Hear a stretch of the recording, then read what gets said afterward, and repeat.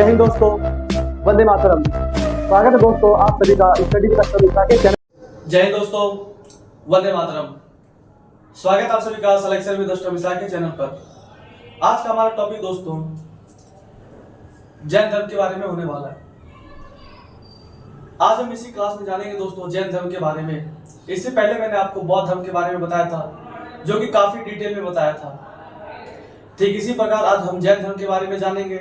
तो आइए दोस्तों बिना लेट के शुरू करते हैं। बात करें हम जैन धर्म की, तो इसका वास्तविक संस्थापक दोस्तों ऐसे तो महावीर स्वामी को माना जाता है, परंतु इससे पहले का संस्थापक की बात करें तो वो ऋषभ देव थे और इनको स्थापित करने में 24 तीर्थकर मतलब 24 व्यक्तियों के द्वारा इस धर्म को संस्थापित किया गया था। तो आइए दोस्तों जानते हैं।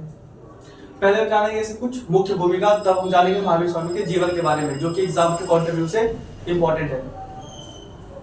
बात करें जैन धर्म की, तो कहा जाता है दोस्तों जैन धर्म के पहले संस्थापक ऋषभ देव है। वास्तविक संस्थापक महावीर स्वामी हैं, जो दोस्तों कहा जाता है 24वें तीर्थकर है। महत्वपूर्ण तीर्थकर के बारे में अगर जाने तो एग्जाम में दोस्तों 4 तरह के महत्वपूर्ण तीर्थकरों के बारे में पूछा जाता है। पहले के 2 और बाद के 2, मतलब पहला, दूसरा और 23वां और 24वां। तो पहले है दोस्तों ऋषभ देव, दूसरे अजितनाथ, तीसरे पार्श्वनाथ, चौथा महावीर स्वामी। बात करें दोस्तों इनको, तो इनको एक चिन्ह के द्वारा संबोधित किया जाता है। ऋषभ देव को सांड के द्वारा, बुल, अजितनाथ को हाथी के द्वारा, पार्श्वनाथ को सर्प के द्वारा, महावीर स्वामी को सिंह के द्वारा सूचित किया जाता है। ये तो थी दोस्तों कुछ मुख्य भूमिका। अब हम जानेंगे महावीर स्वामी के जीवन के बारे में, जो कि हमारा मेन टॉपिक है और एग्जाम में यहीं से क्वेश्चन पूछा जाता है। तो आइए दोस्तों समझते हैं। महावीर स्वामी का जन्म दोस्तों 500 BC में हुआ था, जो कि कुंडग्राम, जो कि वैशाली में है, वहां हुआ था। इनके पिता का नाम दोस्तों सिद्धार्थ था, माता त्रिशला, पत्नी का नाम यशोदा और इनकी एक पुत्री थी दोस्तों जिसका नाम था प्रियदर्शी, और इनके जमाई थे जो कि इनके शिष्य बने, उनका नाम है जमाली। बात करें दोस्तों तो महावीर को 12 साल के बाद ज्ञान की प्राप्ति हुई थी और कहा जाता है कि जुम्बी ग्राम, जो कि दोस्तों वैशाली में है, यहीं पे इनको साल के पेड़ के नीचे, साल आपने देखा होगा दोस्तों, आपने अपने गांव में भी देखा होगा साल जिसके बड़े बड़े पत्ते होते हैं, साल के पेड़ के नीचे ज्ञान की प्राप्ति हुई थी। और दोस्तों ऋजुपालिका नदी के किनारे प्राप्ति हुई थी। ज्ञान प्राप्ति की क्रिया को जैन धर्म में कैवल्य के नाम से जाना जाता है। तो ये थी दोस्तों जैन धर्म के कुछ इंपॉर्टेंट टॉपिक्स। अब हम जानेंगे कि जैन जब महावीर स्वामी ने ज्ञान प्राप्त किया तो उन्होंने कौन से उपदेश दिए थे। तो आइए दोस्तों समझते हैं। तो दोस्तों अब हम जानेंगे जैन धर्म के 4 महत्वपूर्ण व्रत के बारे में, जिसमें कि एक और व्रत बाद में जोड़ के 5 व्रत किया गया था, महान व्रत। तो आइए दोस्तों समझते हैं। 4 महाव्रत, जिसमें से दोस्तों सत्य, अहिंसा, असत्य, अपरिग्रह और ये 5वां है जो कि लास्ट में जोड़ा गया था, ब्रह्मचर्य। बात है असत्य का मतलब, तो जैन धर्म में कहा गया असत्य नहीं, सत्य नहीं, मतलब सत्य बोलना चाहिए। अहिंसा, अहिंसा नहीं करना चाहिए। अस्तेय, अस्तेय का मतलब होता है चोरी या किसी भी प्रकार का कोई अपराध नहीं करना चाहिए। अपरिग्रह, अपरिग्रह का मतलब होता है इतना ही धन कमाना चाहिए जिसमें कि मतलब हम आराम सुकून से रह सके। ब्रह्मचर्य का मतलब होता है अपनी इंद्रियों पर काबू करना चाहिए। इनके 3 रत्नों के बारे में बात करें कि क्या है इनके 3 रत्न। पहला है सम्यक ज्ञान, अच्छी सोच, सम्यक कर्म, अच्छा काम, सम्यक श्रद्धा, मतलब एक अच्छा भक्ति, मतलब अच्छी तरह की भक्ति करनी चाहिए, आराधना।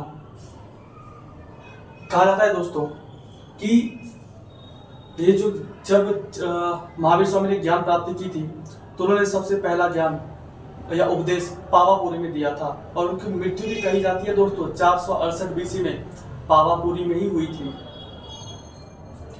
दोस्तों बात करें इनके मृत्यु के बाद जो 2 जैन सभा रखी गई थी, जिसमें बात करें पहला 300 BC में और दूसरा 512 BC में रखा गया था। तो बात करेंगे 300 BC में कहाँ था, किस राजा और उस समय के अध्यक्ष कौन थे। तो बात करें 300 BC में जहाँ पे कराया गया था वो पाटलिपुत्र था।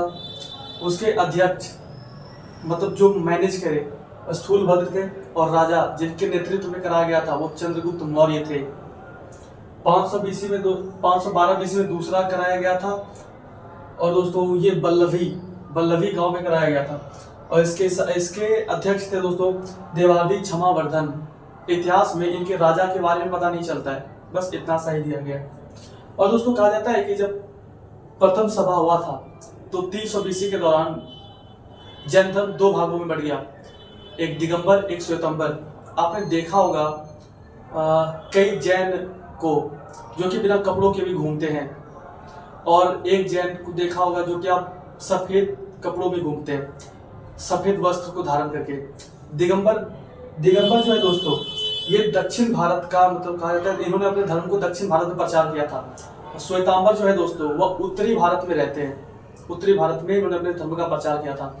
दिगंबर की बात करें तो ये कहते हैं कि ये चारों दिशाएं हमारे वस्त्र है, इसलिए हम कपड़े नहीं पहनते हैं, ईश्वर का दिया हुआ हमारा एक नेतृत्व है। ये इनका ग्रंथ दोस्तों प्रकृति भाषा में लिखा गया था, लेकिन दिगंबर समुदाय में महिलाओं को बाधित किया गया था, महिलाएं इस सभा में भाग नहीं लेती थी। और श्वेतांबर दोस्तों ये सफेद कपड़े पहनते थे, इन्होंने अपना प्रचार उत्तर भारत में किया था। अब हम जानेंगे दोस्तों जैन धर्म का सिद्धांत था अहिंसा। जैन धर्म जो है दोस्तों वे बहुत ही अहिंसक होते हैं, बहुत ही ज्यादा अहिंसक होते हैं दोस्तों। इनकी अगर बात करें कि जैन धर्म के जो समुदाय के लोग हैं वह अपनी मृत्यु ऐसे नहीं स्वीकार करते दोस्तों, उनके लिए संलेखना विधि बनाई गई है। इसका मतलब होता है महीनों तक बिना अनाज पानी के रहना और पीड़ा सहते मृत्यु को गले लगाना। तो ये थी दोस्तों जैन धर्म के बारे में।